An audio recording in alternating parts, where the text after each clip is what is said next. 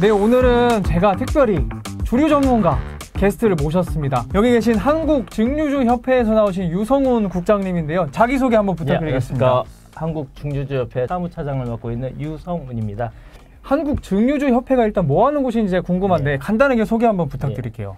보통 대기업의 주류 산업을 대변하는 단체가 있습니다. 네네. 그런데 최근 인기를 끌고 있는 증류식 소주, 그리고 지방에 작게 운영되고 있는 지역 특산물을 이용한 일반 증류주를 만드는 영세업체들 대변하는 단체가 없거든요.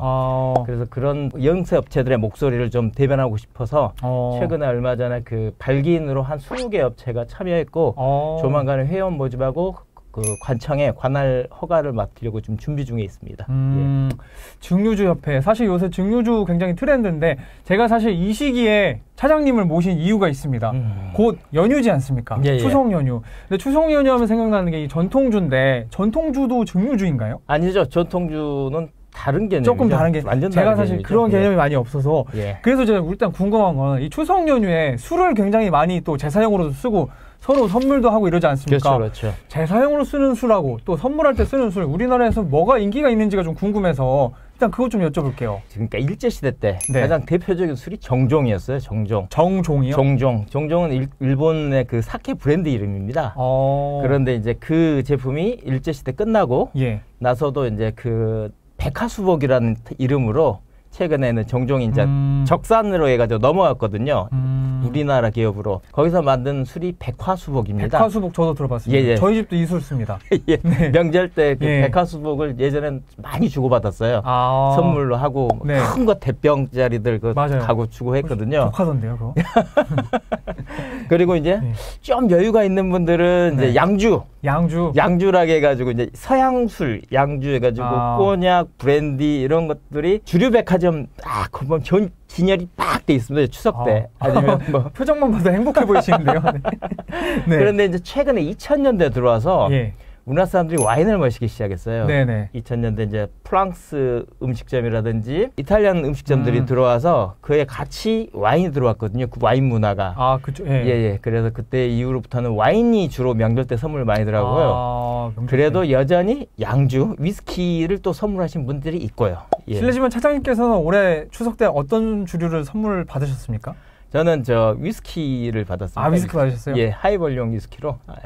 하이볼용 위스키. 근데 이 하이볼용 위스키 하니까 제가 사실 술을 잘 못하고 좀 지식이 전무한 사람으로서 큰 카테고리에서 이게 술이 어떻게 구분해야 되는지가 좀 궁금하거든요. 이거 좀 알려주실 수 있나요? 술은 기본적으로 크게 두 가지로. 두 가지요? 두세 가지로 나누는데 일반적으로 초보자들한테 두 가지만 얘기할게요. 발효주하고 증류주. 발효주와 증류주. 그리고 술의 재료를 써서 과일을 썼으면 과실 발효주, 곡물을 썼으면 곡물 발효주. 그게 되죠. 예를 들어서 과실 발효주에는 뭐가 있습니까? 포도를 썼잖아요. 포도로 와인을 만들죠. 와인. 그리고 예를 들어서 사과를 발효시켜 만든 시드르. 이런 술이. 프랑스에서 시큼시큼하게 마시는 술이 있어요. 북유럽 쪽에서 많이 마시는 사과 발효주입니다. 그리고 곡물 발효주는 대표적으로 맥주가 있고요.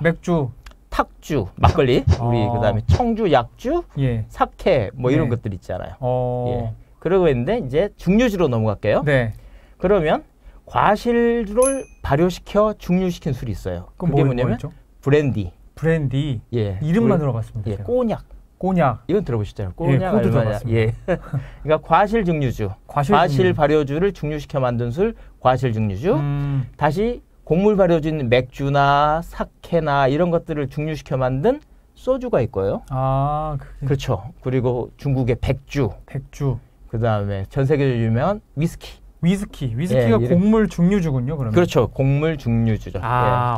근데 제가 알기로는 사실 위스키 전문가로 알고 있는데 곡물 증류주라는 건 이제 아는데 그럼 위스키가 대체 뭔지 약간 개념하고 배경에 대해서 좀 궁금하거든요. 위스키는 안동 소주 같이 맑고 투명한 술이었어요. 맑고 투명한 술이었는데 불리는 이름도 아쿠아비타. 아쿠아비타 혹은 우게스바. 뭐 지금의 위스키라는 말하고 좀 전혀 생소한 말이죠. 좀 다르죠. 전혀 모르겠네요. 우스케바다가 위스키가 된 거예요. 방금 어떻게 주문을 오신 줄 알았어요. 그런데 이제 원래 그 우스케바는 스코틀랜드에서 안동소주처럼 생산하던 술이었는데 스코틀랜드. 예, 근데 스코틀랜드가 잉글랜드에 병합이 됩니다. 네. 합병이 됩니다. 네. 그때 당시 잉글랜드는 전쟁이 잦았어요. 예. 그래서 세수가 필요했잖아요. 세금이요? 세금. 예. 그래서 스코틀랜드의 위스키에 세금을 붙입니다. 예. 근데 스코틀랜드 사람들은 날벼락이 떨어진 거죠. 왜? 그쵸. 원래 먹던데 갑자기 세금 내라고 하니까. 그렇죠. 예. 뭐야, 뭔 소리야. 거기다가 잉글랜드 사람들 점령군이잖아요. 그쵸. 점령군한테 내 세금을 내기가 싫은 거죠. 그쵸. 예. 그래서 몰래 산속으로 들어갑니다. 산속에 숨어서 술을 만들게 됩니다. 예. 그런데 이제 술이 만들어졌어요. 네. 그러면 이걸 보관하고 숨겨놓고 해야 되잖아요. 운반하려면. 들키지 않으려면. 예. 그 통이 필요했던 거예요. 나무 통. 예. 그 당시에는 영국하고 프랑스하고 사이가 안 좋았어요. 예. 그래서 프랑스 와인이 영국으로 수입이 안 됐습니다. 혹은 들어오더라도 굉장히 큰 세금을 물렸어요. 네. 대신에 영국하고 프랑스가 사이 안 좋은 그러니까 술이 없잖아요. 와인. 술이 네네. 없으니까 스페인산 와인들을 갖고 오겠어요. 영국에서. 네. 스페인산 와인, 특히 쉐리 와인이 영국에서 그때 유행합니다. 쉐리 와인이요? 예. 강화인, 주정 강화인이라고 해서 와인에 약간 브랜드를 첨가해서 도수를 높여요. 그래야지 따뜻한 데를 통과해도 와인이 변질이 안 되도록. 예, 아래에서 쭉 올라오잖아요. 스페인에서 영국으로 올라오려면 좀 기간도 길고 더운 날씨가 있잖아요. 그래서 네네. 와인이 변질될 수 있으니까 예, 브랜드를 그러니까 알코올을 좀 더 첨가해가지고 알코올 도수를 올린 술을 주정 강화 와인을 합니다. 네. 그중에 대표적인 게 그 스페인의 쉐리인데 예. 그때 영국에서는 스페인산 쉐리 와인이 굉장히 유명했어요. 유행했어요. 네. 그러면 통이 많이 남겠죠. 통째로 수입을 했으니까. 네. 그 통을 가져다가 원래 거기다가 위스키를 숙성시켰어요. 그 통에다가? 예. 그런데 이제 나중에 그 통에다가 그냥 보관하고 놔뒀죠. 자기들은 거기 숙성이란 개념이 없이 보관이란 개념이었죠. 그러다가 나중에 술을 향을 맡아보니까 굉장히 기분 좋은 향이 나는 거예요. 그 숙성이 되는군요. 과일 향이 막 나고 그래서 나중에는 금주, 밀주 시대가 끝나도 위스키를 숙성시키기 시작했습니다. 결론적으로 말하면 위스키는 곡물을 발효시켜서 중류시키고 오크통에 숙성시킨 술을 위스키라고 합니다. 그게 위스키의 배경과 정의를 한꺼번에 설명해 주시네요. 예.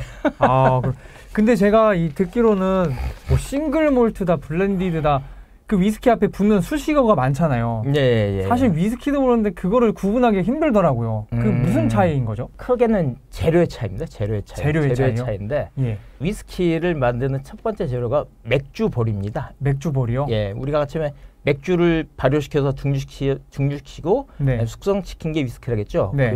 자, 곡물을 발효시키기 위해서는 효소가 필요합니다. 효소. 효소로 이렇게 전분, 탄수화물을 분해시키는 과정에 필요한 성분이거든요. 네. 효소. 네. 근데 맥주보리에는 효소가 많습니다. 예, 맥주보리의 효소를 끄집어내기 위해서는 맥주보리를 물에 담궜다가 꺼내면 싹이 발화가 되기 시작합니다. 싹이 나면 이 싹이 자기가 먹고 살 게 필요하잖아요. 네. 그래서 이 맥주보리에 있는 전분을 당으로 변환시키는 효소를 막 내뿜게 됩니다. 예. 근데 계속 놔두면 계속 싹이 자라버리잖아요. 예. 그 싹 내에 있는 당을 다 소비해버리고.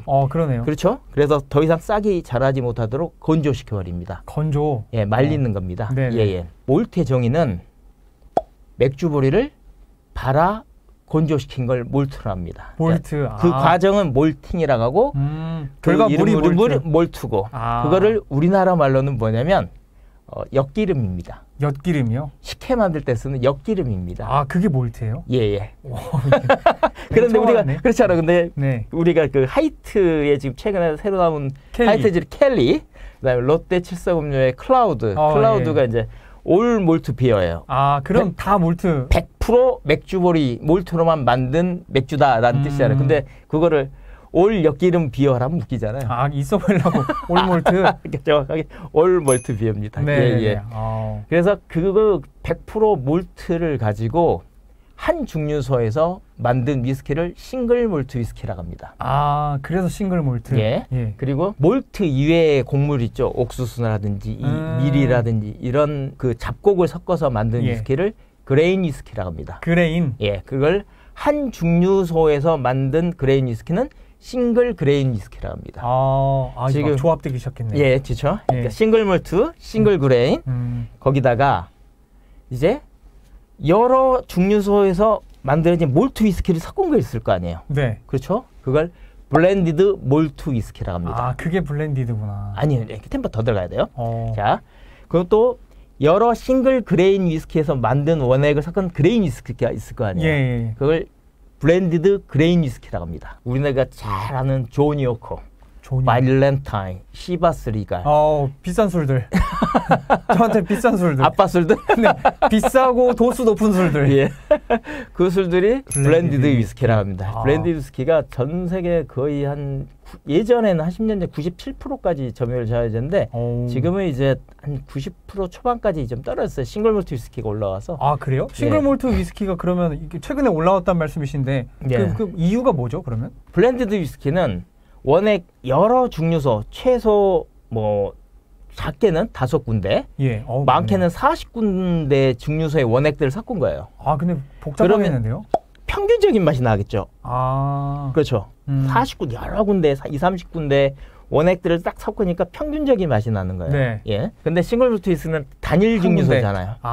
개성이 있고. 그걸 좋아하는 사람들이 찾겠구나. 그렇죠. 이게 굉장히 쉽게 설명을 해주셨는데 이게 막 상상을 하다 보니까 좀 어렵네요. 그러면은 요새 전반적으로 그러면 사람들이 좀 와인 대신 위스키 찾는다 이런 말들이 많잖아요. 최근에 그럼 이 위스키를 찾는 게 주류 트렌드인 건지, 그렇다면 이 사람들은 그걸 왜 찾는 건지 이게 좀 궁금하거든요. 이건 한 20년 전으로 돌아가야 됩니다, 역사를. 20년 전으로 돌아가면 2000년대 초반이거든요. 네. 2000년대 초반에 우리나라가 그 와인 말씀드렸잖아요. 와인 문화가 들어온 거예요. 레스토랑, 서구의 레스토랑이 들어오고 서구의 레스토랑과 같이 서양의 와인이 들어온 거예요. 자, 근데 와인이 들어오기 전까지는 사람들이 술을 마실 때 술의 향을 맡지 않았어요. 그냥 마셨어요? 그냥 원샷, 무조건 원샷. 술을 향을 맡으면 저 또라이 아니야, 무슨 술에 향을 맡고 있어 라고 했어요. 근데 그런 사람들 요즘 종종 있어요. 네. 와인은 원샷하는 술도 아니고 향을 맡은 과정이 필요한 술이에요. 약간 그 음미하고 이런 문화가 들어온 거예요. 예, 음주에 음미하는 과정이 들어온 거예요. 그 문화가 자연스럽게 위스키, 싱글 몰트 위스키가 그때 들어왔거든요. 그래서 2000년대 중후반에 서서히 저 트렌드 세터들이 위스키 쪽으로 넘어온 거예요. 음미하는 걸, 향을 음미하는 술로. 예. 그러던 와중에 이제 코로나가 갑자기 터진 거네. 그렇죠. 코로나가 터졌어요. 2020년. 2020년이요. 가장 코로나의 그 비극적인 세대들이 지금 대학교 2학년, 3학년인가 아시죠? 20학번이요? 예. 제 막내 동생이 거의 그 정도예요. 술을 다 선배들한테 배웠어요.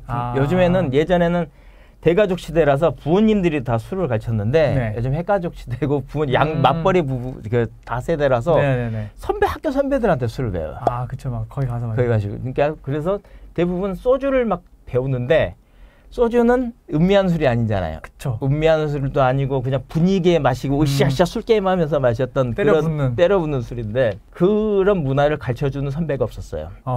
그렇죠? 네. 그러다가 코로나로 홈술을 한 거예요. 그쵸. 홈술 천천히 집에서 이제 혼자 술을 마시는 거죠. 강요가 아닌 본인의 취향으로. 그죠. 좋아하는 거 마셔야죠. 네, 취향으로. 근데 마시다 보니 집에서 소주는 안 마시고 집에서 소주 마시면 지금도 약간 이상하게 보잖아요. 집엔 선배가 없죠. 그렇죠.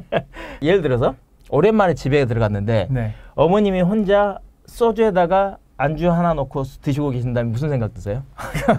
조금 힘든 일 있으신가? 그렇죠. 같이 나도 잔을 집에 무슨 일 있나? 뭐 이러죠. 무슨 일 있나? 어머님이 혼자 근데 와인 넣고 이렇게 안주 하나 넣고 드시고 계신다 못해서. 약간 오늘 뭐 분위기에 취하셨나? 그렇죠. 그 술 따라서 좀 다르네요. 그렇죠. 무슨 분인지 아시죠? 집에서 소주는 가정 내 소비가 없는 술이에요. 잘 없는 술이에요. 그러네. 예, 그런데 이제 소주는 제끼고 맥주는 계속 이제 4캔만은 막 마셨단 말이에요. 그런데 질린단 말이에요. 양도 많고. 양도 많고. 근데 와인은 한 병 따면 이거 다 마셔야 돼요, 이거. 이거 부담스러워요. 이거 은근히 또 한 병이 크죠. 양이. 술을 또 못 드신 분들은 부담스러워요, 이게. 그런데 이제 위스키는 두고두고 마셔도 돼요. 그리고 금방 그렇죠. 시기도 오고 한두 잔 마시면 시기도 오고 금방 하고 위스키 한 병에 약간 알코올 도수를 따진다면 성인 한 3-4명이 얼큰하게 취해도 돼요. 세네요. 그 정도 술이에요. 저는 못 마시겠는데요. 그러게다가 있어 보이잖아요. 친구들 내는 위스키 딱 내놓으면 있어 보이잖아요. 그렇죠. 20, 30대, 30대가 보통 이제 식당에서 요즘에 돈가스란다. 삼겹살이나 뭘 이렇게 먹으면 10만 원 중반이 금방 나와요. 요즘 값도 많이 오르고 네네. 술값도 많이 올라가지고. 근데 이제 위스키가 한 병에 한 10만 원, 9만 원, 10만 원 잡고 안주 한 5, 6만 원짜리 시키면 집에서 홈파티가 되잖아요. 아, 그렇죠. 예. 나가서 사 먹을 거 집에서 약간 분위기에 취해서 먹을 수 있죠. 그렇죠. 그리고 술도 고급 술이고. 아, 그런 느낌이구나. 그래서 위스키가 취향을 네. 선택할 수 있고 약간 폼도 나고 해서 각광받기 시작했었어요. 아, 예. 그러면은 요새 뭐 위스키가 트렌드인 거 알겠는데 위스키 말고 다른 술은 좀 선호하는 술이 없습니까, 사람들이? 요즘에는 이제 네. 위스키를 마셨단 말이에요, 이제. 네. MZ 세대들은 항상 네. 호기심이 많아요. 아, 호기심 많죠. 호기심 많죠. 그래서 예. 다른 술로의 접근을 하려고 노력을 해요. 접근을. 그러니까 새로운 스피릿을 추구하거든요. 네.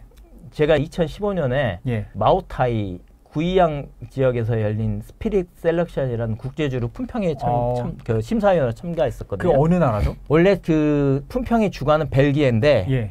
월드컵처럼 이 나라 돌아다니면서 그 나라의 주류, 예를 들어서 중국은 백주, 예를 들어서 저기 캐리비안은 럼, 스카치의 위스키, 꼬냑, 프랑스 꼬냑 이렇게 개체국으로 올리면서 그 개체국의 술주를 부각시키는 그 심사예요. 주류 품평인데 전 세계에서 가장 중류 중에 유명한 그 품평회입니다.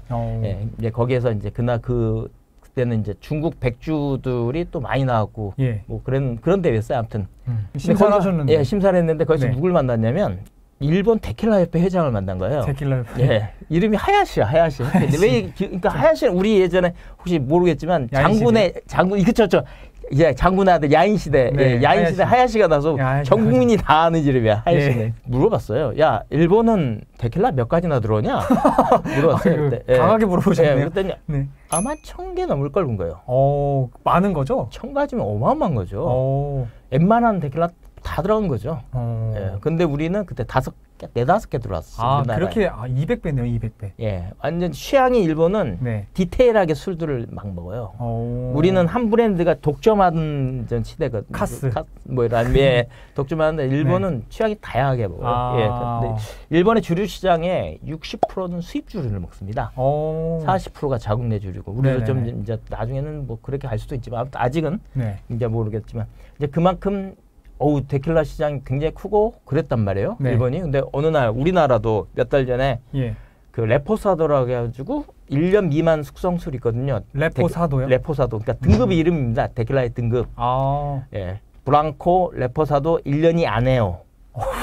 이렇게 우리나라 말이 아니라서 제가 알아듣기 힘드네요. 스페인어인데. 네. 그 레포사도 한 병에 20만 원대 중반짜리들이 들어왔어요. 우리나라도. 네.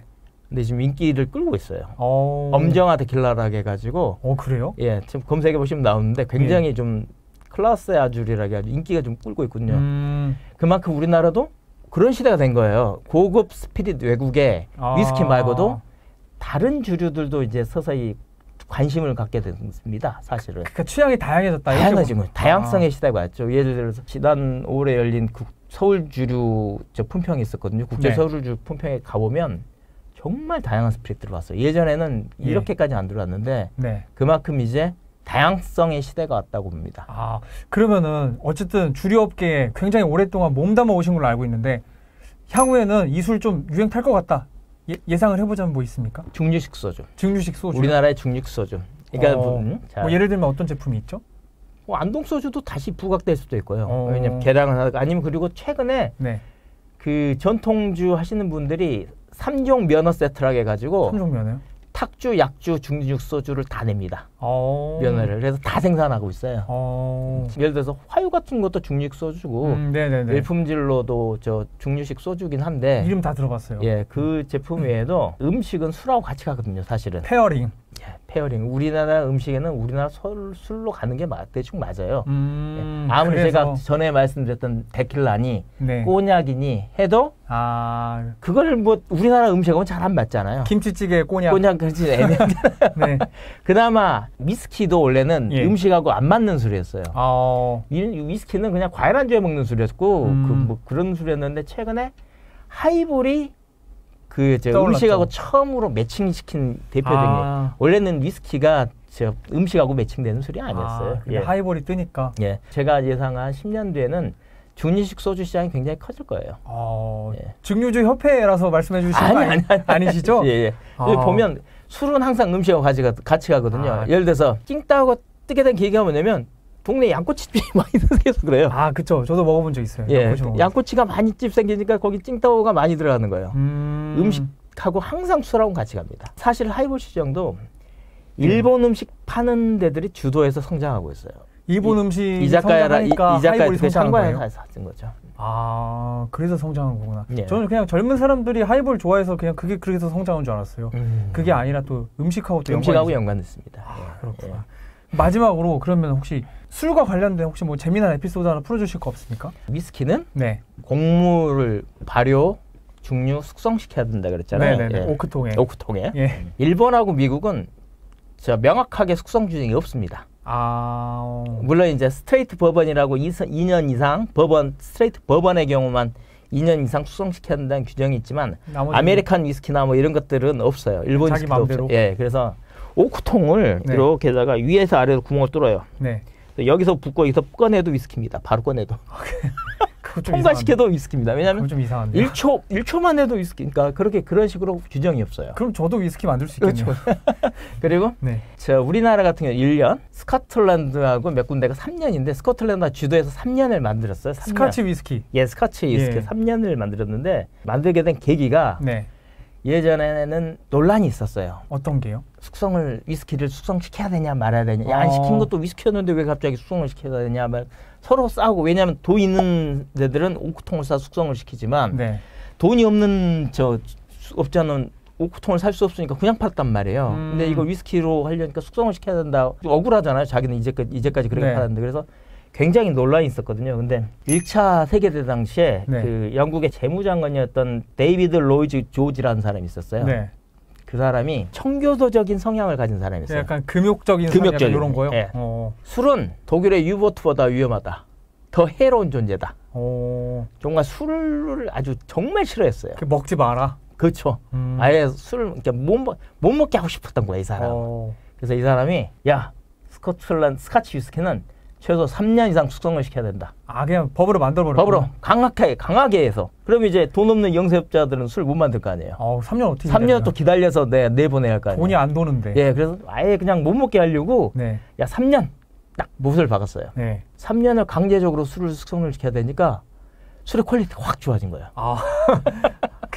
못 먹게 막으려고 했는데 발전됐죠. 그래서 전 세계 스카치 퀄리티가 높아진 계기가 그 사람 때문에 영국의 그 재무장관.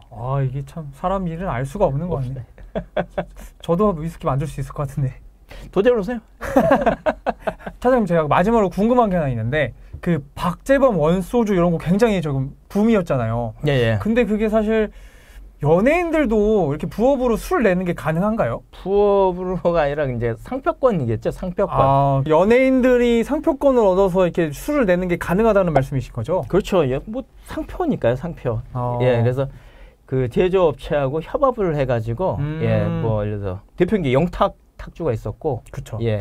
헐리우드는 엄청 많았어요. 그런 예들이 많았어요. 누구죠? 그 인터스텔라 남자 배우. 매튜 맥커너이.